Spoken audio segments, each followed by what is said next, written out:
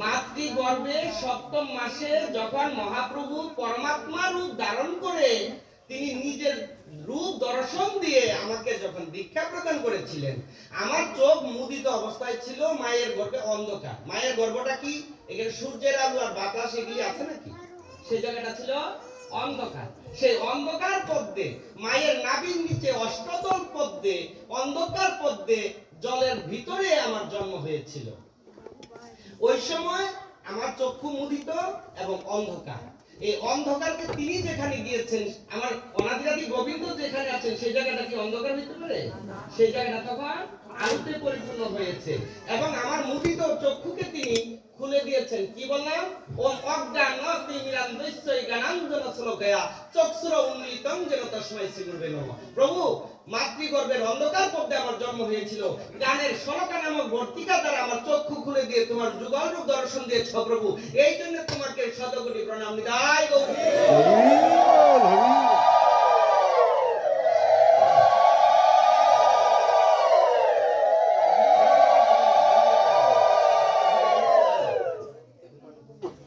এই মন্দির পাঠে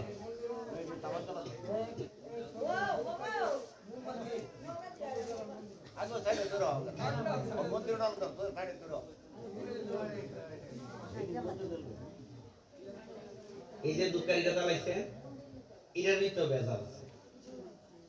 এই দুঃখারিটার ভিতর বেজাল আছে। বলে কেমন? এই দুঃখারি বাপের মা শ্মশানের আংরা ইটা নিয়ে কুটতে হেরপর দুঃখারি বানায়। যারা দুঃখারি বানায় আপনি যদি দেখে থাকেন বুঝতে পারবেন এটা শুদ্ধতা আছে। আমার সনাতন ধর্মে প্রদীপ আর দুঃখারি জিনিস আর মোমবাতি আর দুঃখারি নিষেধ করে দিয়েছে। দুইটা জিনিস বলছে, ধূপ প্রদীপ। এখানে কিন্তু ধূপকাঠি আর মোমবাতির কথা বলে। ধূপ প্রদীপ। ধূপ হইল শুদ্ধ, যখন নাকি আপনি একটু আংরা দিয়ে বা চুনা দিয়ে দিবেন, দুধ দিবেন, এটা দেখবেন যে ধরনের পরই আপনার সুন্দর একটা গন্ধ আসতেছে, বাড়িটা যেন মম করছে, ঘরটা যেন মম করছে। এই যে ধূপকাঠিটা দিচ্ছি, এটাতে কোনো কারণ কোনো আনন্দ পাচ্ছেন?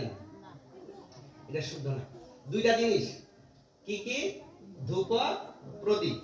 ধূপটা দিতে হবে ওইভাবে, আর প্রদীপটা দিতে হবে ঘি দিয়া। ঘিত প্রদীপ। আমার গোবিন্দকে আরতি নিবেদন করতে গেলে ধূপ প্রদীপ দিতে হয়, ঘিত প্রদীপ। তাইলে ওই হলো শুদ্ধতা।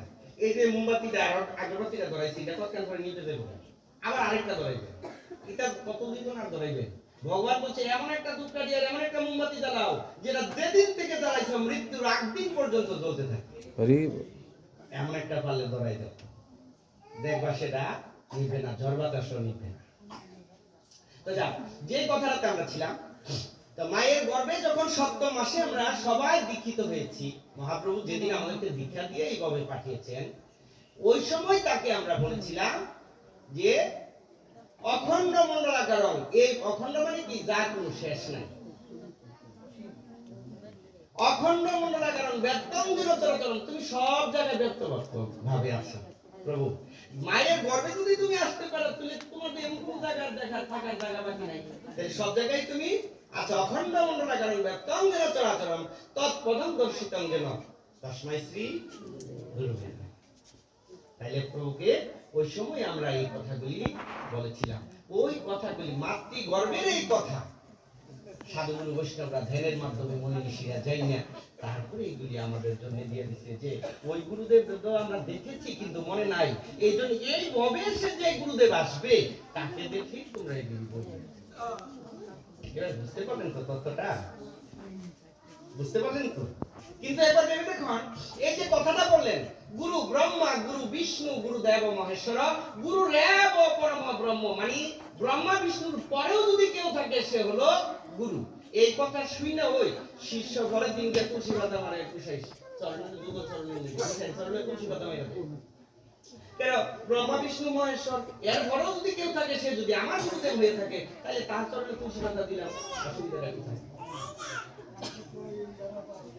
কিন্তু একমাত্র রাধা মাধবের যুগল চরণে শ্রীমদ ভগবত গীতা ভগবানের সেবায় ছাড়া কি তুলসী পাতা কাউকে দেওয়া যাবে? কোন গ্রন্থে লেখা আছে? কারোর চরণে তুলসী পাতা দেওয়া যাবে এই জগতে? তাইলে কেন দিতে পারলাম না? গ্রন্থে কেন লিখলো না এই কথা?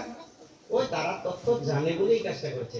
অনেক অনেক গুরুদেবের শিষ্যরা গুরুকে খুশি করার জন্য হ্যাঁ, একটা থালের মধ্যে চন্দন দিয়া ফুল, এটার মধ্যে চন্দন দা তুলসী পাতা, এটার মধ্যে দেখা তুলসী পাতা দিয়া গুরুদেবের চরণের কাছে দিছে। এটা দিলেন কেন? গুরুদেবের চরণে সরাসরি দিলে গুরুদেবের ব্যথা লাগে চরণে, এই জন্য থালের মধ্যে দিছি। একটা থালের মধ্যে, ছোট্ট একটা থালের মধ্যে এগুলি নিবেদন করা আর তার চরণে সরাসরি নিবেদন থেকে দুই রকম হইল নাকি? না একরকমই হইল? একরকমই হইল। কিন্তু এমন কাজটা চরণে ধরে বলবো, এমন কাজটা কেউ করবে না, ভুলেও করবে না, এটা করা যাবে না, এটা কোন গ্রন্থে লেখা নেই।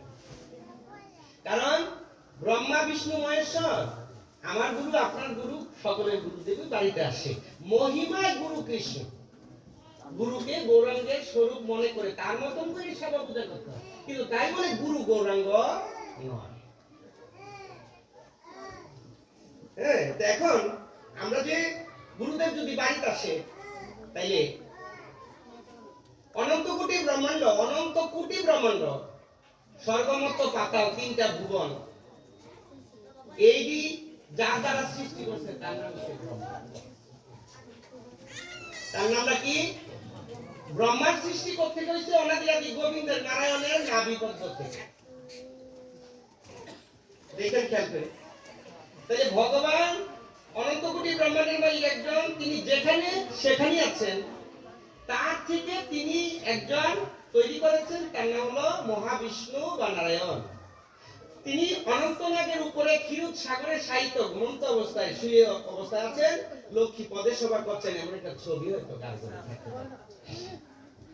কিন্তু তার নাভির থেকে একটা পদ্মফুল তৈরি হলো, সেই পদ্মফুল থেকে ব্রহ্মার তৈরি হলো, সেই ব্রহ্মারে দিয়ে অনন্ত কোটি ব্রহ্মাণ্ডের মালিক ভগবান শ্রীকৃষ্ণ তাকে দ্বারা এই অনন্ত কোটি ব্রহ্মাণ্ড তৈরি করেছেন। তার নাম হলো ব্রহ্মা।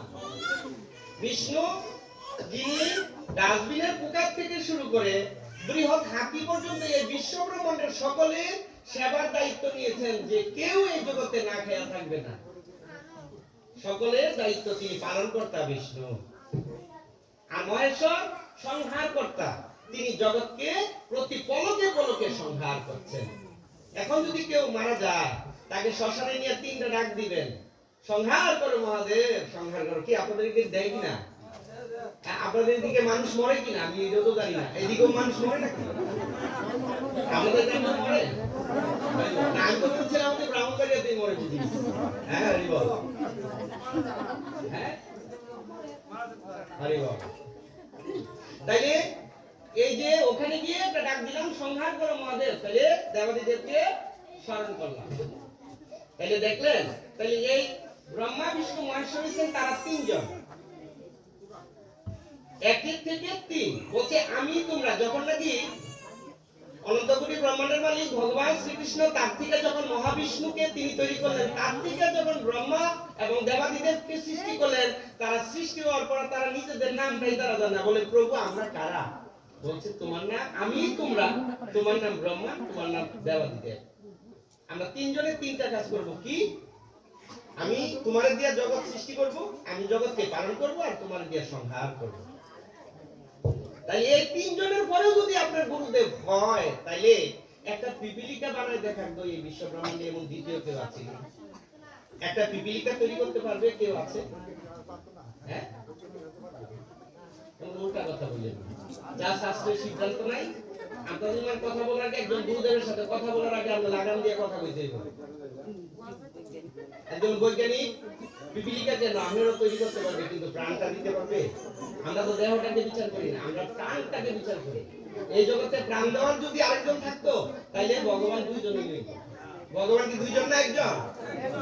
তিনি এক অদ্বিতীয় ঈশ্বর পরম কৃষ্ণ সচ্চিদানন্দ বিগ্রহ, তিনি অনাদি আদি গোবিন্দ, সর্বকারণের কারণ। কে বলেছে? সৃষ্টিকর্তা ব্রহ্মা। ব্রহ্ম সংহিতা গ্রন্থে তিনি এই কথাটা বলে দিয়ে গেছেন। ব্রহ্মা নিজে বলছে ঈশ্বর পরম কৃষ্ণ সচ্চিদানন্দ বিগ্রহ, তিনি অনাদি আদি গোবিন্দ, তিনি সর্বকারণের কারণ। তিনি ছাড়া এই জগতে দ্বিতীয় আর কেউ নাই। তাহলে আমরা এমন কাজটা কিভাবে করব? তবে